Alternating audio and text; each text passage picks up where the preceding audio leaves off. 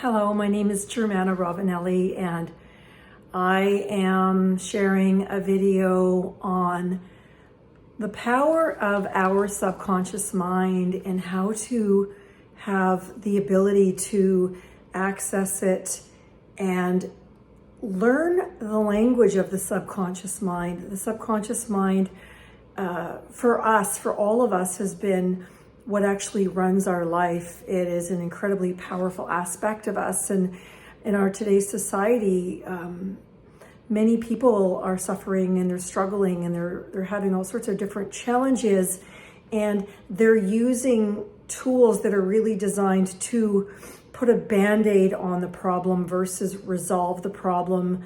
Often what we're taught is to go and do something that really accesses the conscious mind versus going deeper down. And the conscious mind is responsible, it has about 3% of our total power. So it is kind of the flea on the elephant, where the subconscious is the elephant. And in my years of doing therapy as a client, I did a tremendous amount of therapy over my lifetime. And what I wanted to understand was to have access to the part of me that was carrying these really painful stories and really painful beliefs versus managing the effects of those painful stories and beliefs. And, about 29 years ago, I took the training to become a resident hypnotherapist, then a clinical hypnotherapist, then a certified clinical hypnotherapist. And I did that for a long, long time. And I had a situation that came up in my life, and I just knew that I needed to put that away for a while. And I've, since really brought some more joy and passion into it, and seeing the benefits for some of my clients, the benefits for me, it really inspires me to go, who out there wants help?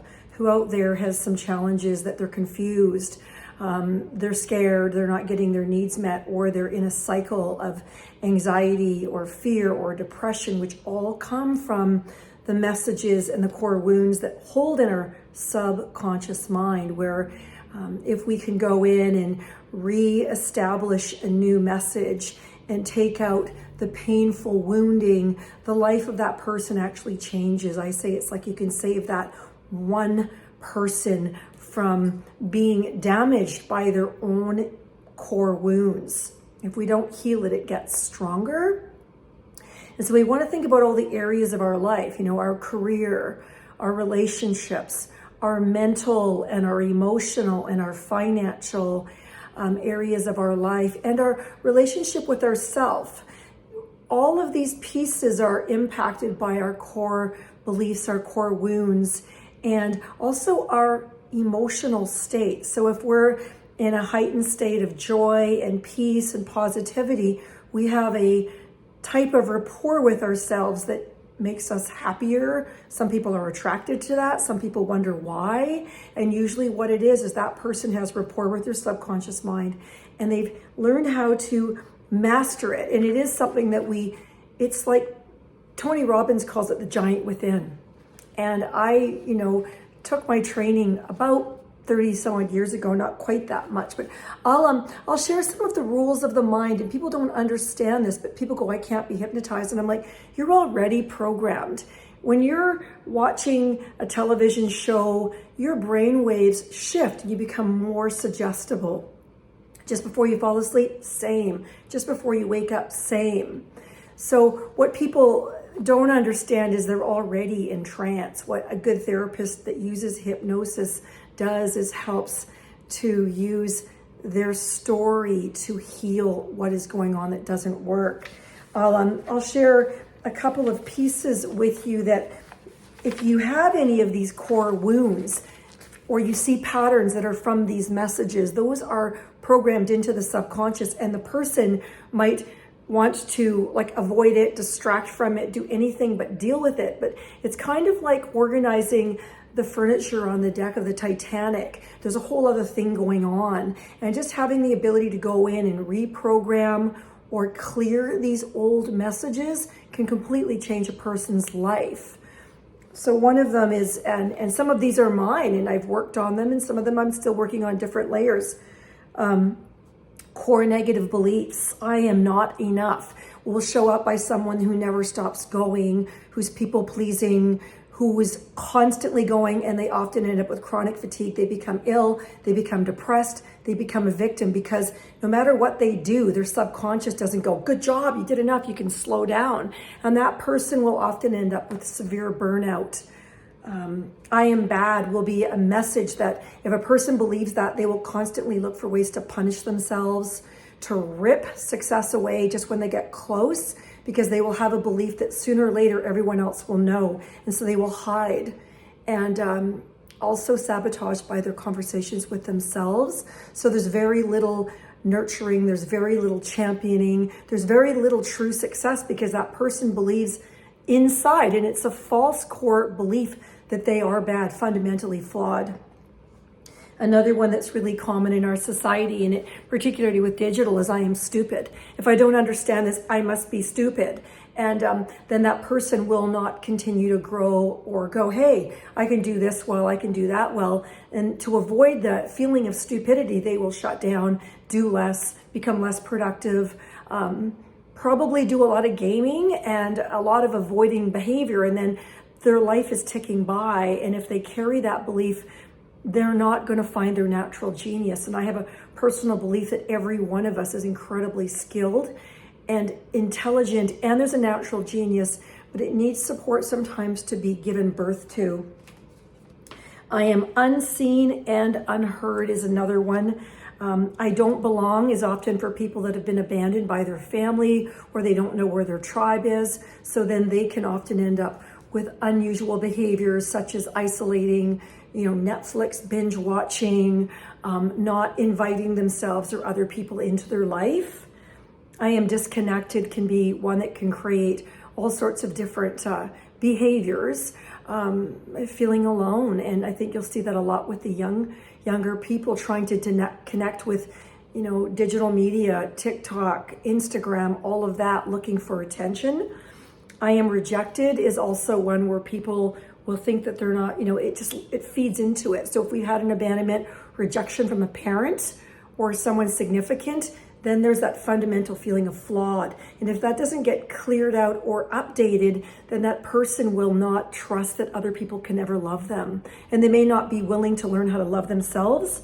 I am abandoned, alone. Again, that often comes from childhood wounding, where a person just didn't feel like they were important. And, as children, we're brilliant and we're beautiful. And if our parents didn't know how to nourish us, then we will often be sitting with a belief that, I'm alone. And I've carried that as well. And so these are just a list of core wounds. I am weak will be somebody who doesn't get up to do much with their life. They'll just sit there and kind of play helpless. I am unworthy will be, again, somebody who will then go into people pleasing, caretaking other people instead of looking after themselves, going, if you love me, if I can prove my worth to you, then maybe I can believe it by proxy, and it never works. I am unimportant, often another core wound, and we have this whole legacy now of people who are searching for significance by taking very provocative pictures of themselves, looking for likes from strangers. And women can get themselves into a lot of trouble that way, because then they go, at least somebody paid attention to me. And so it can create all sorts of other behaviors that the behavior tells you what's going on if you look at it. I am disliked. I am excluded. And if a person believes that, they'll create it. And the creating comes from the subconscious core wound. I am trapped, stuck. A person might paint themselves into a position financially where they always feel trapped. I am unloved. I am unsafe. I am helpless. I am defective. I am misunderstood. I am disrespected. I am powerless. I have no control. Now, each of these are examples of negative core beliefs, and the belief drives the thinking and the behaviors, and then it creates that person's life strategy. And so the question is the payoff of keeping these beliefs, with whether there's, half a dozen or less or more, is that their life ends up becoming very painful, and they're doing anything to outrun it, to avoid the pain. And When you use therapeutic hypnosis, it's a tool to go in and heal that message. I call it the blackberry bush. Traditional therapy goes, let's talk about your blackberry bush.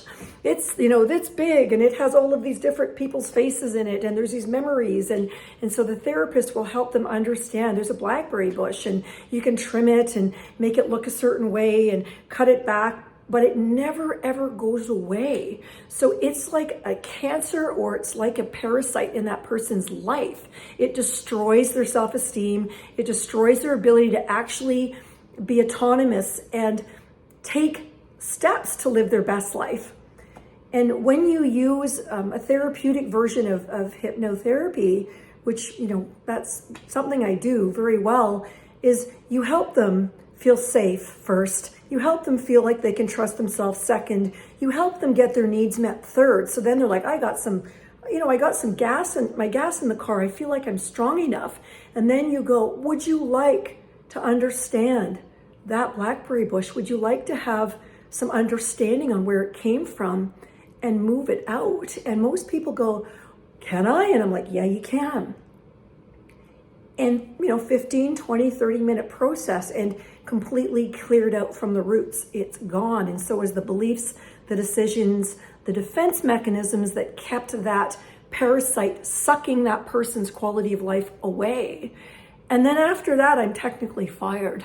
Then that person doesn't need me anymore. And that's one of the ethical things that I love about this type of work. There's room for all different kinds of therapeutic change, but it gets to a place where, like, how much talk therapy do we do? And if we keep doing it, the question is it helping us, or do we just really like our therapist? Which is great. I mean, fine. The question is do you want to be free of that pain? Do you want to be free of that burden, and then actually use that energy that was being fed to this thing that was actually costing you quality living, and recover it and then start to live your best life? If that's something you're interested in, I invite you to reach out to me. I have the ability to, support you, see you where you're at, help you understand yourself, and become your own best friend and get your needs met using this beautiful tool of connecting with your subconscious mind. It wants to please you, and it won't let go of its limiting decisions and beliefs unless it has a reason and the new option serves you better. It will then do it. So my name is Germana Ravanelli. I'm going to start making more videos based on mind-body healing with hypnotherapy. And the areas of a person's life that may be affected is the career. How's that going? 0 to 10, 10's great.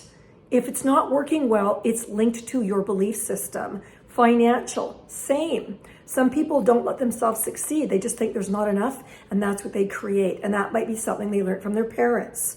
Mental, self-talk. What do I think about myself? What do I believe about the world? And with all of these things that have gone over the last couple of years, most people's violation has happened all over the place, and we're looking outside to feel safe, and that'll never work. So it's learning to connect to self. Spiritual, that's being, gracious, kind. If you believe in something other than, your physicality or your spirit, then that's another area of our life that is important. It actually helps create us. Emotional, how are we regulating our emotions? Do we know if it's sad? Do we feel cut off? Do we allow ourselves to process our feelings, or do we just hide them and do shop therapy or whatever?